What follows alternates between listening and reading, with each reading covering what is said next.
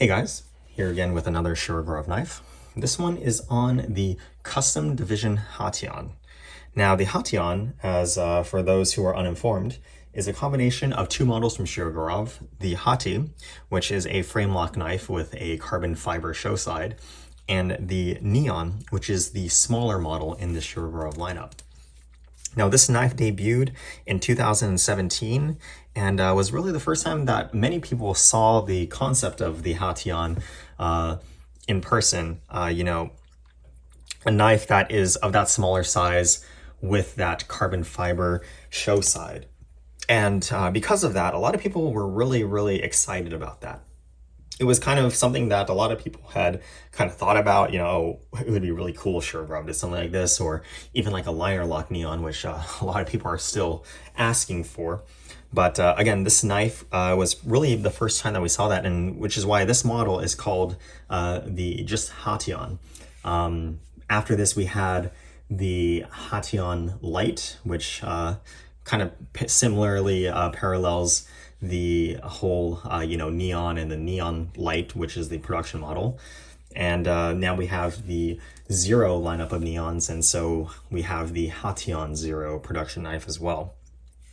There was a full custom that this knife was based on with bias cut blackwood carbon fiber and a Damascus blade. And besides, I think that the Custom Division faithfully represents that knife just with more traditional materials, which we'll talk about here in this video today.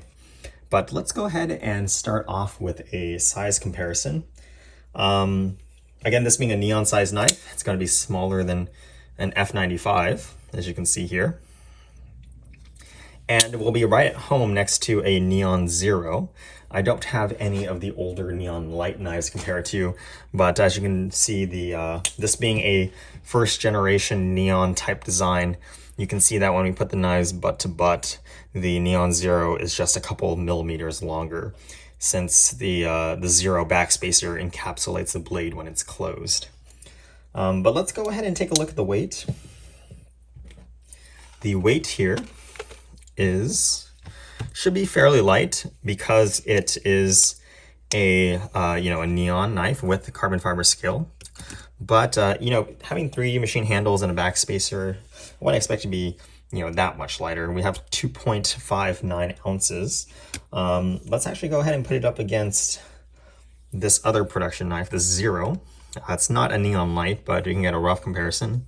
2.78 ounces, so about 0.2 ounces lighter, which is what you can expect for swapping out one of the handles for a composite material like carbon fiber. Now, taking a look at the blade here, you can see that we have S90V steel, which is par of the course for the mono steel custom divisions, especially of that time period in 2017. We also have this wonderful blade finish here, the normal Custom Division fine tumbling, as well as the satin flats here. And of course, can't forget to talk about the swedges on this knife. These swedges are absolutely amazing. I really don't know where Sergey kind of started with the design, because if you take a look here, the swedges look almost random, but there's just, it kind of really all ties together in the end here. You can see we have, a swedge here. We have this kind of multi-angled cut here that gives the blade sort of a subtle harpoon look without having a harpoon at all. And I really love it. And when you look at the blade profile from the top, on top of the spine here looking down, you can really see how complex the swedges are. And for me, it makes it look amazing, and one of the reasons that I really like this model. The original Neon Light, I wasn't really a fan of the blade profile, but this one right here with the much more gradual dropping on the top of the blade spine here just really made the difference for me, and was one of the reasons why I chose this Custom Division to actually carry for a year.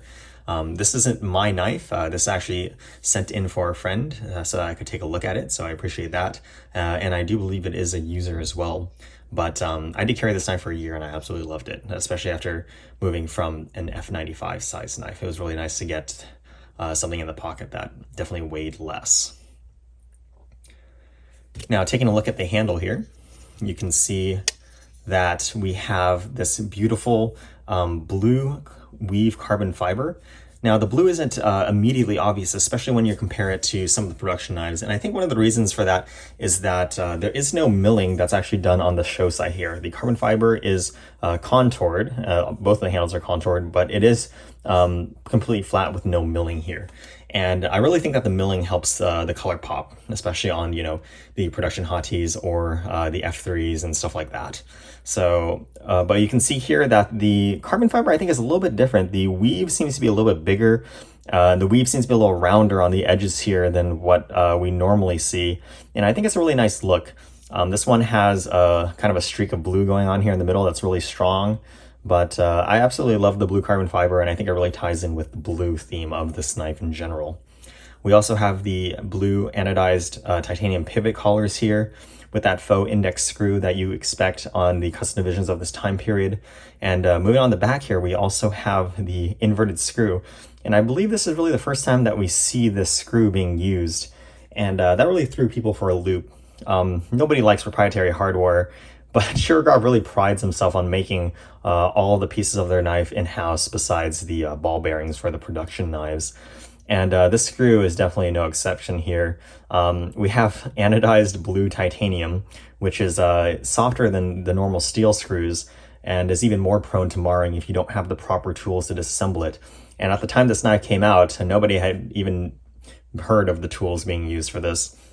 And so, again, that really made some people frustrated, especially when the original Neon 3D had a blind screwed handle here on the showed side and a normal screw with a slot that kind of looked like this on the back here as well. So that made it at least possible to disassemble if you could kind of jerry-rig a screwdriver that small. But this one right here, there was really no way of taking it apart without the proper tools. And for somebody like me that, you know, uses their knives and would like to clean them, it really made for a difficult task to do something as simple as that.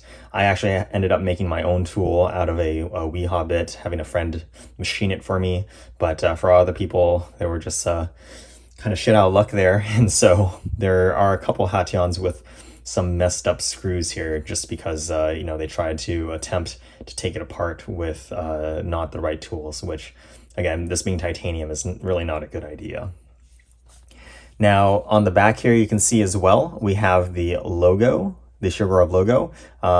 In this pommel area is pretty typical for neons, but what's really cool here is that after milling out the carbon fiber for the logo, they've gone and applied this blue cold enamel to really make that logo pop and stand out against the black carbon fiber, which I think is really cool. And a problem that I think some of the carbon fiber knives have, especially the black, when you have just normal milling, it's kind of hard to see the logo with all of the craziness going on in the carbon fiber and the patterns and stuff. So having this blue enamel really makes that logo pop out, in my opinion.